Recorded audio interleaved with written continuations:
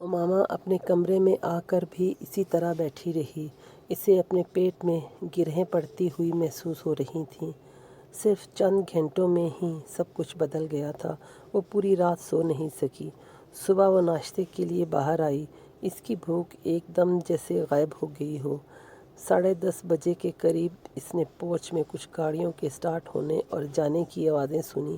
وہ جانتی تھی اس وقت ہاشم مبین اور اس کے بڑے بھائی آفس چلے جاتے تھے اور اسے ان کے آفس جانے کا انتظار تھا۔ ان کے جانے کے آدھے گھنٹے بعد وہ کمرے سے باہر آئی۔ لانچ میں اس کی امی اور بھابھی بیٹھی ہوئی تھیں۔ وہ خاموشی سے فون کے پاس چلی گئی۔ اس نے فون کا ریسیور اٹھانے کے لیے ہاتھ بڑھایا ہی تھا کہ اسے اپنی امی کی آواز سنائی دی۔ تمہارے بابا کہہ کر گئے تھے کہ تم کہیں فون نہیں کرو گی۔ اس نے گردن موڑ کر اپنی امی کو دیکھا۔ میں اسجد کو فون کر رہی ہوں۔ کس لیے؟ میں اس سے بات کرنا چاہتی ہوں۔ وہی فضول باتیں جو تم رات سے کر رہی ہو، سلمیٰ نے تیز لہجے میں کہا۔ میں آپ کے سامنے بات کر رہی ہوں۔ آپ مجھے بات کرنے دیں۔ اگر میں نے کوئی غلط بات کی تو آپ فون بند کر سکتی ہیں، اس نے پرسکون انداز میں کہا، اور شاید اس کا یہ انداز ہی تھا جس سے سلمیٰ کچھ مطمئن ہو گئی۔ امامہ نے نمبر ڈائل کیا مگر وہ اسجد کا فون نہیں تھا۔ چند بار بیل بجنے کے بعد دوسری طرف سے فون اٹھایا گیا۔ ہیلو! فون اٹھانے والا جلال ہی تھا۔ خوشی کی ایک لہر امامہ کے اندر آ گئی۔ ہیلو! میں امامہ بول رہی ہوں، اس نے جلال کا نام لیے بغیر بڑے اعتماد سے کہا۔ تم بتائے بغیر اسلام آباد کیوں چلی گئی؟ میں کل تم سے ملنے ہاسٹل گیا تھا، جلال نے کہا۔ میں کل اسلام آباد آئی ہوں اسجد، امامہ نے کہا۔ اسجد! دوسری طرف سے جلال کی آواز آئی۔ تم کس سے بات کر رہی ہو؟ مجھے بابا نے رات ہی بتایا ہے کہ ہماری شادی کی تاریخ طے ہو گئی ہے۔ امامہ! جلال کو جیسے کرنٹ لگا ہو۔ شادی کی تاریخ؟ امامہ اس بار کچھ سنے بغیر پرسکون انداز میں بولتی رہی۔ میں جاننا چاہتی ہوں کہ تم نے اپنے پیرنٹس سے بات کی ہے؟ امامہ! میں ابھی بات نہیں کر سکا۔ تو پھر تم کب بات کرو گے؟ میں تمہارے علاوہ کسی دوسرے سے شادی نہیں کر سکتی، یہ تم جانتے ہو، مگر میں اس طرح سے شادی بھی نہیں کر سکتی۔ تم اپنے پیرنٹس سے بات کرو اور پھر مجھے بتاؤ کہ وہ کیا کہتے ہیں۔ امامہ! کیا تمہارے پاس کوئی اور موجود ہے؟ جلال کے ذہن میں اچانک خیال آیا۔ ہاں۔ اس لیے تم مجھے اسجد کہہ رہی ہو؟ ہاں۔ میں اپنے پیرنٹس سے بات کرتا ہوں۔ مجھے تم دوبارہ رنگ کب کرو گی؟ تم مجھے بتاؤ میں تمہیں کب رنگ کروں؟ کل فون کر لو۔ تمہاری شادی کی تاریخ کب طے ہوئی ہے؟ جلال کی آواز میں کچھ پریشانی تھی۔ یہ مجھے نہیں پتہ، امامہ نے کہا۔ ٹھیک ہے امامہ، میں آج ہی اپنے پیرنٹس سے بات کرتا ہوں اور تم پریشان مت ہونا، سب ٹھیک ہو جائے گا، اس نے امامہ کو تسلی دیتے ہوئے فون بند کر دیا۔ امامہ نے شکر ادا کیا کہ اس کی بھابھی یا امی کو شک نہیں ہو سکا کہ وہ اسجد سے بات نہیں کر رہی۔ یہ شادی تمہارے بابا اور اعظم بھائی نے مل کر طے کی ہے، تمہارے یا اسجد کے کہنے پر اسے ملتوی نہیں کریں گے، سلمیٰ نے اس بار قدرے نرم لہجے میں کہا۔ امی! میں مارکیٹ جا رہی ہوں، مجھے کچھ ضروری چیزیں لینی ہیں، امامہ نے ان کی بات کا جواب دینے کے بجائے کہا۔ فون کی بات اور تھی، مگر میں تمہیں گھر سے نکلنے کی اجازت نہیں دے سکتی۔ تمہارے بابا نے نہ صرف مجھے بلکہ چوکیدار کو بھی ہدایت کی ہے کہ تمہیں باہر جانے نہ دیا جائے۔ امی! آپ لوگ میرے ساتھ آخر ایسا کیوں کر رہے ہیں؟ امامہ نے کچھ بے بسی کے عالم میں صوفے پر بیٹھتے ہوئے کہا۔ میں نے آپ کو اپنی شادی سے منع نہیں کیا، میری ہاؤس جاب تک انتظار کر لیں، اس کے بعد میری شادی کر دیں۔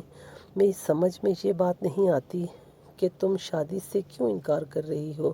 تمہاری شادی جلد ہو رہی ہے مگر تمہاری مرضی کے خلاف تو نہیں ہو رہی۔ اس بار اس کی بھابھی نے اسے سمجھانے کی کوشش کی۔ خواہ مخواہ کل رات سے پورا گھر ٹینشن کا شکار ہے، اور میں نے تو تمہیں دیکھ کر حیران ہوئی ہوں کہ تم نے تو کبھی اس طرح کی ضد نہیں کی، پھر اب کیا ہو گیا ہے تمہیں؟ جب سے تم لاہور گئی ہو بہت عجیب ہو گئی ہو، اور ہمارے پاس ہمارے چاہنے سے ویسے بھی کچھ نہیں ہوگا۔ میں نے تمہیں بتایا ہے، تمہارے بابا نے طے کیا ہے یہ سب کچھ۔ آپ انہیں سمجھا تو سکتی تھیں۔ امامہ نے سلمیٰ کی بات پر احتجاج کیا۔ کس بات پر سمجھاتی؟ تو تب کہ اگر مجھے کوئی بات قابل اعتراض لگتی، اور پھر مجھے تو کوئی بات قابل اعتراض نہیں لگی، سلمیٰ نے بڑے آرام سے کہا۔ امامہ غصے کے عالم میں وہاں سے اٹھ کر اپنے کمرے میں آ گئی۔ سالار صبح خلاف معمول دیر سے اٹھا۔ گھڑی دیکھتے ہوئے اس نے کالج جانے کا فیصلہ ترک کر دیا۔ سکندر اور طیبہ کراچی گئے ہوئے تھے اور وہ گھر پہ اکیلا تھا۔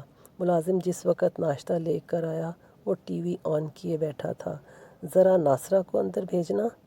اسے ملازم کو دیکھ کر کچھ یاد آیا۔ اس کے جانے کے چند منٹ بعد ناصرہ اندر داخل ہوئی۔ صاحب جی آپ نے بلایا ہے؟ ادھیڑ عمر ملازمہ نے اندر داخل ہوتے ہوئے کہا۔ ہاں میں نے بلایا ہے، تم سے ایک کام کروانا ہے، سالار نے ٹی وی کا چینل بدلتے ہوئے کہا۔ ناصرہ تمہاری بیٹی وسیم کے گھر پہ کام کرتی ہے نا؟ سالار اب ریموٹ رکھ کر اس کی طرف متوجہ ہوا۔ ہاشم صاحب کے گھر؟ ناصرہ نے کہا۔ ہاں ان کے گھر۔ جی ہاں ان کے گھر کام کرتی ہے۔ وہ کچھ حیران ہو کر اس کا منہ دیکھنے لگی۔ کس وقت جاتی ہے وہ ان کے گھر؟ اس وقت ان کے گھر پر ہی ہے۔ کیا ہوا سالار صاحب؟ ناصرہ نے کچھ پریشانی کے عالم میں کہا۔ کچھ نہیں، میں صرف یہ چاہتا ہوں کہ تم اس کے پاس جاؤ اور یہ موبائل اسے دے دو اور اس سے کہو کہ یہ امامہ کو دے دے۔ سالار نے بڑے لاپرواہی انداز میں اپنا موبائل اٹھا کر اس کی طرف بڑھایا۔ ناصرہ ہکا بکا رہ گئی۔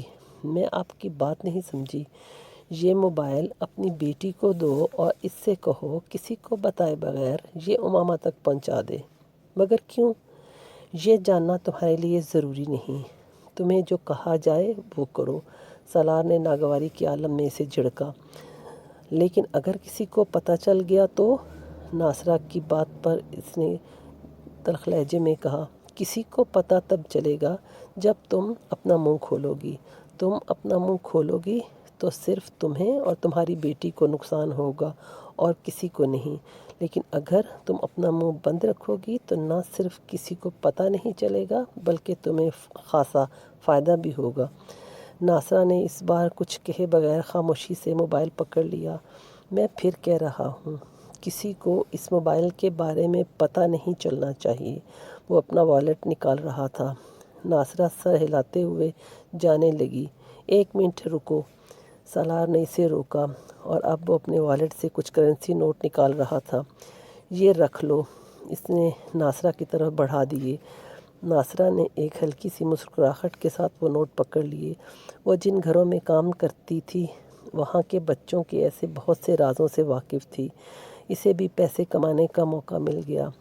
اس نے فوری اندازہ یہی لگایا کہ امامہ اور سالار کا چکر چل رہا ہے اور یہ موبائل وہ تحفہ تھا جو اسے امامہ کو دینا تھا، مگر اسے حیرانی اس بات کی ہو رہی تھی کہ اس سب کا اسے پہلے کیوں نہیں پتہ چلا، اور پھر امامہ، اس کی تو شادی ہو رہی ہے، پھر وہ کیوں اس طرح کی حرکتیں کر رہی ہے؟ اور دیکھو ذرا مجھے، میں امامہ بی بی کو کتنا سیدھا سمجھتی رہی۔